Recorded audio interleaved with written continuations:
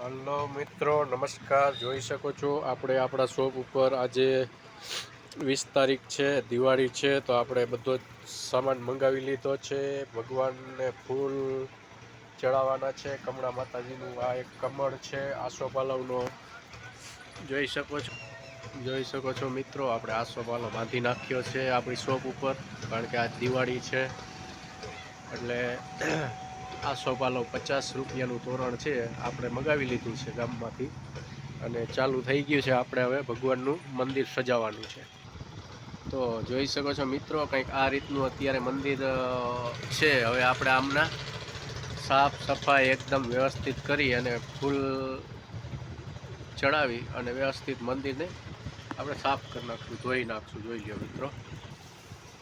તો જોઈ શકો છો મિત્રો, આપણે મંદિરમાંથી બધા જ ફોટા અને છબી ઉતારી લીધી છે, અને આપણે અહીંયા ટેબલ ઉપર બધા જ ભગવાનની છબીઓને ગોઠવી દીધી છે। હવે આપણે એક એક કરીને દરેક છબીને અને મંદિરને પાણીથી સાફ કરી નાખશું। જોઈ શકો છો મિત્રો।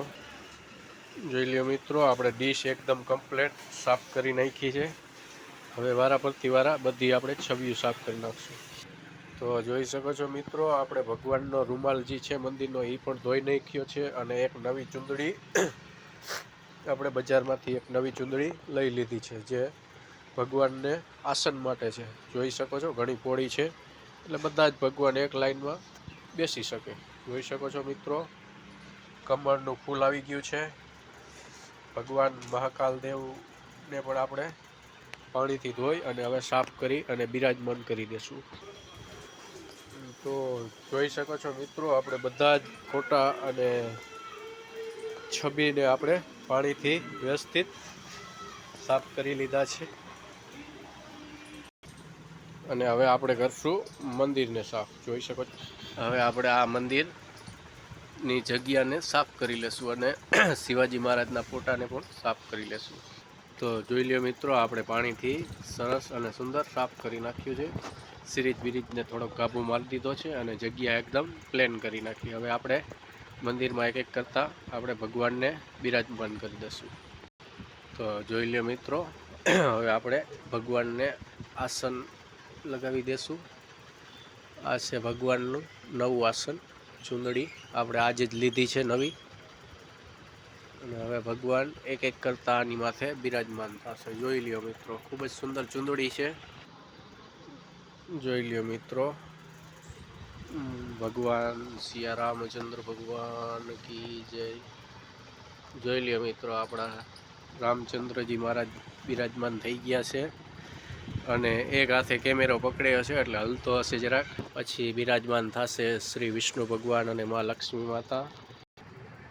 પછી છે આપણા દેવાધિદેવ શ્રી મહાકાલ દેવ ભોળાનાથજી દાદા, જગત પિતા શ્રી મહાકાલ દેવ। પછી છે આપણા શ્રી કુબેર ભગવાન, માં લક્ષ્મી માં અને સરસ્વતી માતા। જોઈ શકો છો।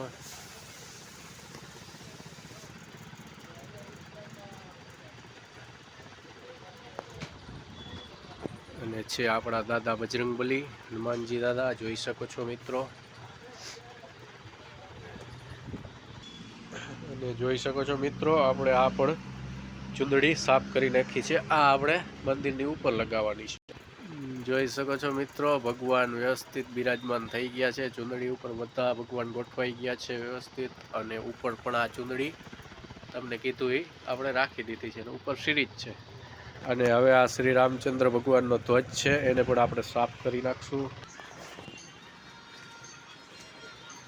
જોઈ શકો છો મિત્રો, આપણે ભગવાનની ધજાને પણ સાફ કરી નાખી છે, અને જે અગરબત્તી રાખવાની આપણી બેગ છે એને પણ આપણે સાફ કરી નાખી। 12 મહિને એક વખત સાફ થાય છે મિત્રો, તમે જોઈ શકો છો। ભગવાને કહેતા હશે 12 મહિને એક વખત યાદ કરસ, રોજ તો ખાલી ધીવાબત્તી કરસ। જોઈ શકો છો મિત્રો, આપણો ધ્વજ પણ મંદિરની ઉપર લાગી ગયો છે। નાનો એવો ધ્વજ છે, ભગવાન શ્રી રામ દોર્યા છે, અને ઉપર ચૂંદડી લાગી ગઈ છે। અને આ છે આપણું અગરબત્તીનું થેલી, અને ભગવાન એકદમ વ્યવસ્થિત ગોઠવાઈ ગયા છે। હવે આપણે ફૂલહાર અને ફૂલમાળા અને ફૂલથી ડેકોરેશન કરી નાખશું મંદિરને। જોઈ લ્યો મિત્રો, આ છે કુલદેવીમાં કમળા માટે કમળામાંનું કમળ. જોઈ શકો છો. આપણે આને એકદમ આમ ખોલવું પડે, એકદમ નિરાતે વ્યવસ્થિત.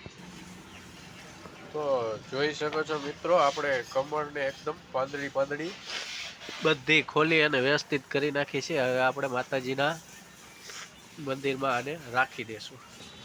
જોઈ લ્યો મિત્રો, આપણે માતાજીના ચરણમાં રાખી દીધું છે. અને આપણી પાસે કમળામાંનો ફોટો નથી, એટલે કમળામાં અને લક્ષ્મીમાં બંને એક જ હોવાથી એક જ સ્વરૂપ છે, એટલે આપણે માતાજીના ચરણમાં રાખી દીધું છે કમળનું ફૂલ. અને હા મિત્રો, આપણે ગુલાબના ફૂલ પણ લાયા છીએ ભગવાન શ્રી રામની માથે રાખવા માટે. જોઈ શકો છો મિત્રો, ભગવાન શ્રી રામની માથે પણ આપણે ફૂલ ચડાવી દીધું છે. અને મિત્રો બીજું ફૂલ આપણે ભગવાન શ્રી ભોળાનાથ ઉપર રાખી દીધું છે, ગુલાબનું ફૂલ છે. ત્રીજું ગુલાબનું ફૂલ આપણે લક્ષ્મીમાં અને સરસ્વતીમાં ઉપર રાખી દીધું છે મિત્રો. અને હવે આપણે આપણા દાદા બજરંગબલીના ચરણમાં એક વ્હાઈટ ફૂલ રાખી દઈશું મિત્રો. જોઈ શકો છો, મોગરાનું ફૂલ છે વ્હાઈટ. જોઈ લ્યો મિત્રો, અને વ્હાઈટ ફૂલનું ડેકોરેશન આપણે ભગવાનના ચરણમાં રાખી દેશું. બધાય એક એક કરીને ગોઠવી નાખશું, એટલે સારું લાગશે.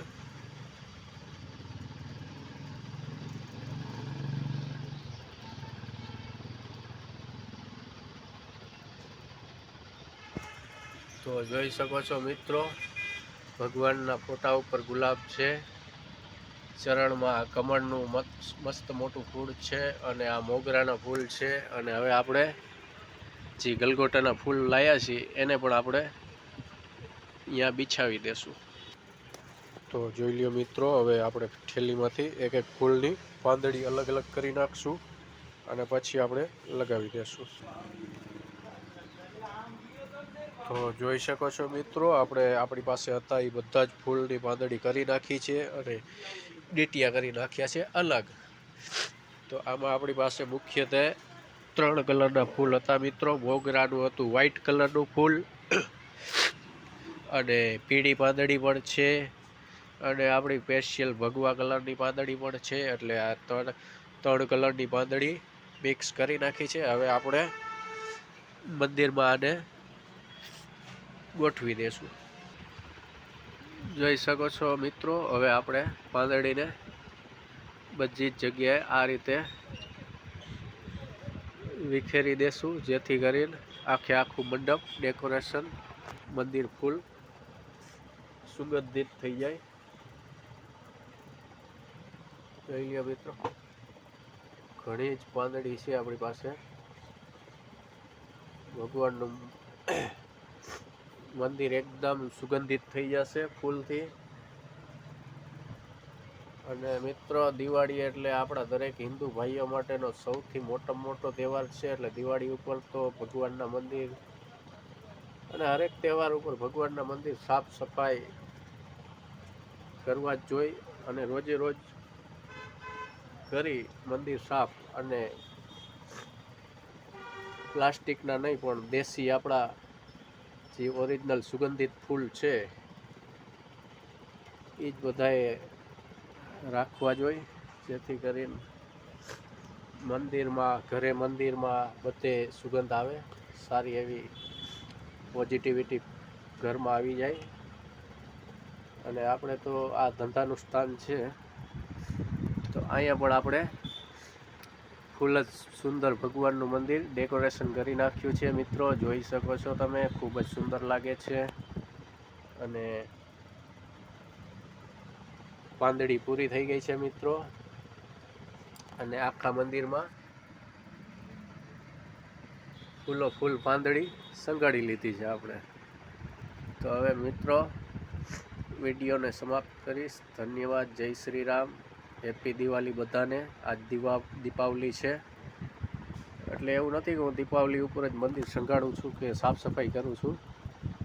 હર અઠવાડિયે શનિવાર રવિવારે જ્યારે પણ ટાઈમ મળે ત્યારે ભગવાનની બધી જ છબી સાફ સફાઈ કરી અને ફોટા ગોઠવી દઉં છું. પણ આજે દિવાળી છે એટલે ફૂલથી સંગાડી નાખ્યું છે આપણે, નકર સામાન્ય સાફ સફાઈ હોય. જોઈ શકો છો મિત્રો, ખૂબ જ ડેકોરેટિવ લાગે છે અને મસ્ત લાગે છે. તો બધા જ મિત્રોને હેપી દિવાળી. આમ જ આપણી ચેનલ જોતા રહેજો, લાઈક શેર સબસ્ક્રાઈબ કરી દેજો જો મનમાં હોય તો. ધન્યવાદ મિત્રો. જય હિન્દ, જય ભારત, જય શ્રી રામ.